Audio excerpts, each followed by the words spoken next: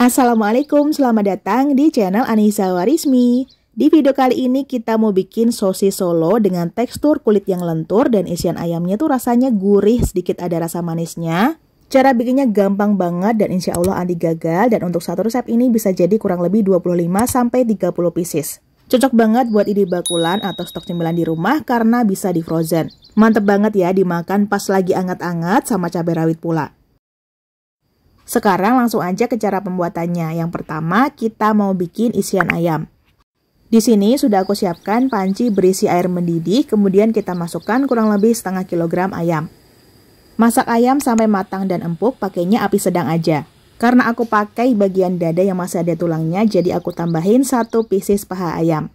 Nah, ini aku cek apakah sudah empuk atau belum, dan kalau dipastikan udah benar-benar matang dan empuk bisa kita angkat dan kita tiriskan. Pindahkan ke dalam wadah yang lumayan besar, kemudian tunggu sampai hangat baru kita suwir-suwir. Dan ini ayamnya sudah cukup hangat, mau aku langsung suwir-suwir atau teman-teman bisa masukin ke chopper supaya tekstur atau serat dari suwirannya itu lebih kecil-kecil dan halus. Kalau aku pribadi lebih suka disuwir manual pakai garpu atau pakai tangan kayak gini supaya masih ada tekstur ayamnya. Hasil suwirannya seperti ini, masih bertekstur, dan lakukan sampai semua ayamnya kita suwir. Nah, ini semua ayamnya udah aku suwir, tulangnya juga udah aku buang, dan hasilnya lumayan banyak ya. Kita sisihkan dulu ayamnya dan lanjut kita siapkan wajan. Tambahkan kurang lebih 20-30 gram minyak goreng. Nyalakan api sedang aja. Tumis 3 siung bawang putih yang sudah dihaluskan, 3 siung bawang merah yang sudah dihaluskan, dan 3 butir kemiri sangrai yang sudah dihaluskan. Kita tumis bumbu sampai setengah matang dan sedikit wangi. Dan kalau udah cukup wangi, kita tambahkan dengan 1 siung bawang bombay yang sudah diiris tipis-tipis. Tambahkan juga dengan 2 lembar daun salam, 2 lembar daun jeruk, dan 2 batang serai. Tumis semua bumbu sampai layu dan wangi. Di sini kita tumis sampai layu dan wangi supaya rasa dan aroma dari bumbunya itu lebih keluar. Karena kalau misalnya hasil tumisannya kurang matang, aroma dari bumbunya kurang keluar, dan rasanya jadi langu dan kurang mantap. Bisa diperhatikan ini semua bumbunya udah layu dan aromanya udah wangi banget. Selanjutnya bisa kita tambahkan dengan 1,5 sendok makan gula pasir, 1 sendok teh garam, 1 sendok makan kaldu jamur, dan setengah sendok teh lada bubuk. Aduk sampai rata, dan kalau udah rata tambahkan dengan daging ayam rebus yang sudah kita suwir sebelumnya. Tambah dengan 1 saset santan kara atau beratnya sekitar 65 gram dan 100 ml air. Aduk-aduk sampai rata, kemudian kecilkan api dan dimasak sampai airnya menyusut. Di sini kita masak dengan api kecil dan agak lama supaya bumbunya itu meresap ke dalam ayam.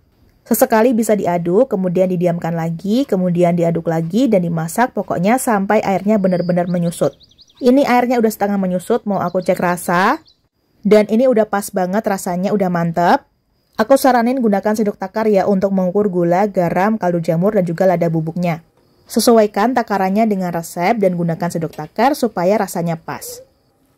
Dan ini udah aku masak cukup lama dan airnya juga sudah menyusut. Terlihat sedikit kering tapi ayamnya masih lembut dan moist. Nah, ini isian ayamnya udah jadi. Rasanya gurih, ada sedikit manisnya. Dan biasanya selain buat isian sosis Solo, aku pakai buat lauk anak-anak. Ayamnya bisa kita sisihkan dulu dan lanjut kita akan bikin kulit sosis Solo. Siapkan wadah atau bowl, masukkan sebanyak 400 gram tepung terigu protein sedang. Tambahkan dengan 1 sendok teh garam. Aduk dengan whisker sampai rata. Dan kalau udah rata, tambahkan dengan kurang lebih 1 liter air.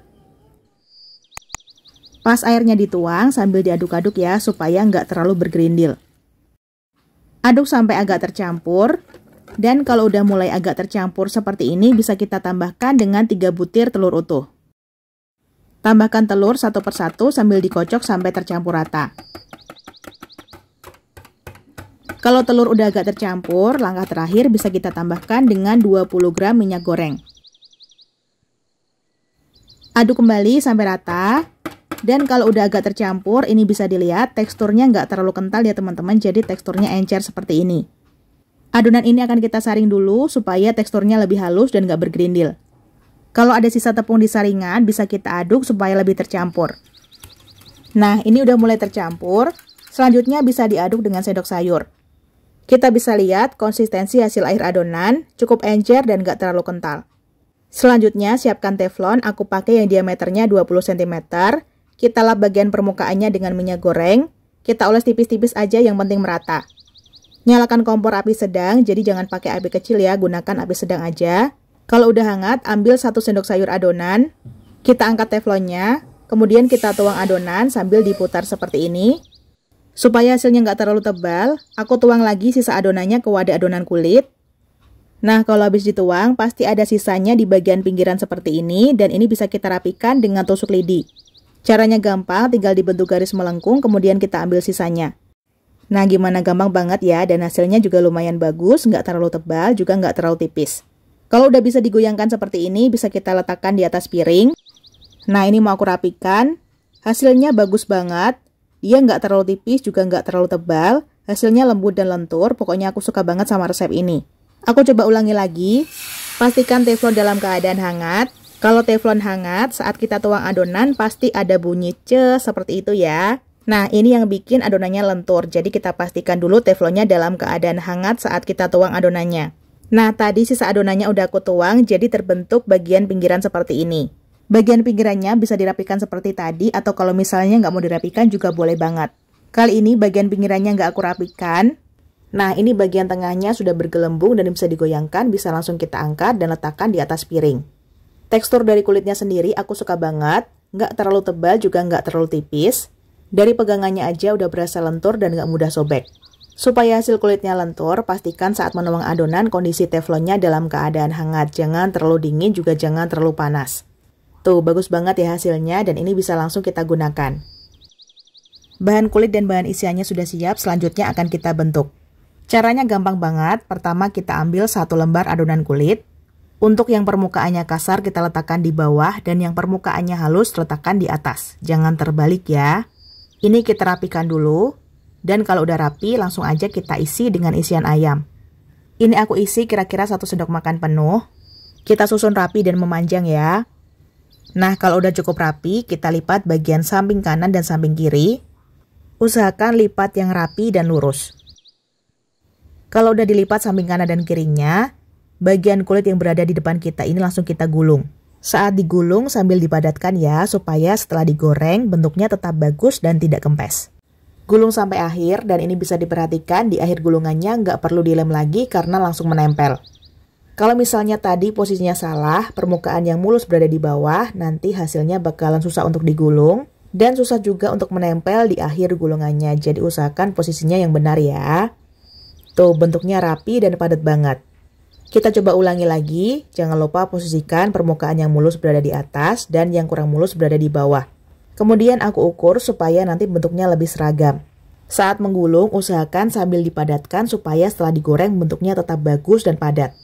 Nah, ini bagus banget hasilnya dan langsung menempel. Lakukan sampai habis, dan untuk satu resep ini bisa jadi kurang lebih 25-30 pieces. Lumayan banyak ya hasilnya. Dan karena dari awal udah aku ukur, jadi panjangnya juga seragam. Sosis Solo ini bisa banget dijadikan frozen food, jadi setelah digulung seperti ini bisa kita masukkan ke dalam wadah, kemudian masukkan ke freezer. Bisa dimakan sewaktu-waktu dan bisa tahan kurang lebih 1-2 bulanan di freezer. Tapi kalau misalnya mau disajikan di keesokan harinya, misal buat arisan atau buat jualan, bisa dibungkus pakai plastik wrap seperti ini, kemudian dimasukkan ke chiller aja. Karena ini aku mau sajikan di keesokan harinya, jadi aku bungkus pakai plastik wrap, kemudian aku simpan di chiller semalaman. Dan setelah semalaman disimpan di chiller, ini aku keluarkan dari chiller, kemudian kita buka plastik wrapnya. Dan setelah dibuka, ini bisa langsung kita goreng, tapi sebelumnya kita harus siapkan dulu bahan pelapisnya. Di sini sudah aku siapkan 2 butir telur utuh, kemudian kita tambahkan dengan 1 sendok makan air. Kocok sampai rata, dan kalau udah cukup rata bisa kita masukkan sosis solonya. Gulingkan sosis solo ke adonan telur. Nah, kalau semua sisinya sudah terlapisi dengan adonan telur, ini bisa langsung kita goreng. Oh ya, sebelum adonan digoreng, pastikan sudah disiapkan wajan berisi minyak yang sudah dipanaskan dengan api sedang. Jadi saat adonan kita masukkan, kondisi minyaknya sudah dalam keadaan panas. Untuk menggorengnya ini nggak perlu terlalu lama ya teman-teman, karena kita hanya akan mematangkan bagian luarnya saja. Digorengnya jangan gunakan api terlalu kecil, juga jangan terlalu besar, jadi digunakannya api sedang aja. Kalau apinya kecil, nanti proses penggorengannya malah bakalan lama dan bisa menyerap minyak terlalu banyak dan bisa menyebabkan kebocoran juga. Kita goreng sampai warnanya kuning keemasan seperti ini. Nah, ini udah cakep banget ya, langsung kita angkat dan kita tiriskan. Oh iya, tadi pelapis telurnya aku tambahkan air supaya nggak terlalu kental ya, jadi pas kita goreng hasilnya keriting-keriting dan cantik. Nah, ini hasilnya cantik banget, kematangannya juga udah pas. Sedikit tips, sebelum kita goreng di kloter kedua, sebaiknya kita ambil dulu sisa telurnya, supaya di penggorengan kedua nanti tidak ada warna telur yang terlalu gosong. Dan ini dia sushi solonya udah jadi, bisa langsung kita sajikan, disajikan dengan cabai rawit tambah mantap. Bisa diperhatikan juga setelah digoreng, ini bentuknya tidak kempes ya teman-teman, masih tetap padat dan bagus. Sekarang langsung aja kita coba, dan ini aku nggak sabar banget buat cobain. Dari penampakannya aja udah menggiurkan banget. Pelapis telurnya melapisi dengan sempurna dan warnanya juga cakep, kuning keemasan. Pas aku coba, rasanya bener-bener enak banget, mantep. Tekstur kulitnya ini aku suka, dia lembut, lentur. Dipadukan dengan isian ayam yang rasanya tuh nggak cuma gurih, tapi ada rasa manisnya juga. Tekstur dari isian ayamnya meskipun suwiranya terlihat besar-besar, tapi teksturnya ini lembut banget dan super enak. Dimakan pas masih anget-anget sama cabai rawit pula, bener-bener mantap, cocok, dan enak banget. Nggak kerasa sambil tapping video, aku habis 3 pieces sendiri. Bener-bener seenak itu. Wajib banget teman-teman cobain di rumah. Cara bikinnya juga gampang, bahan-bahannya juga mudah didapat, dan yang pasti anti gagal. Cocok banget buat yang baru mau mulai belajar usaha, karena ini bisa di frozen juga. Dan mungkin segitu dulu resep dan tutorial yang bisa Umi sampaikan. Semoga bisa dipahami dan dimengerti. Terima kasih udah nonton videonya. Wassalamualaikum, semoga bermanfaat. Sampai jumpa di video selanjutnya. Selalu sajikan masakan yang enak dan sehat untuk keluarga tercinta. Selamat mencoba di rumah.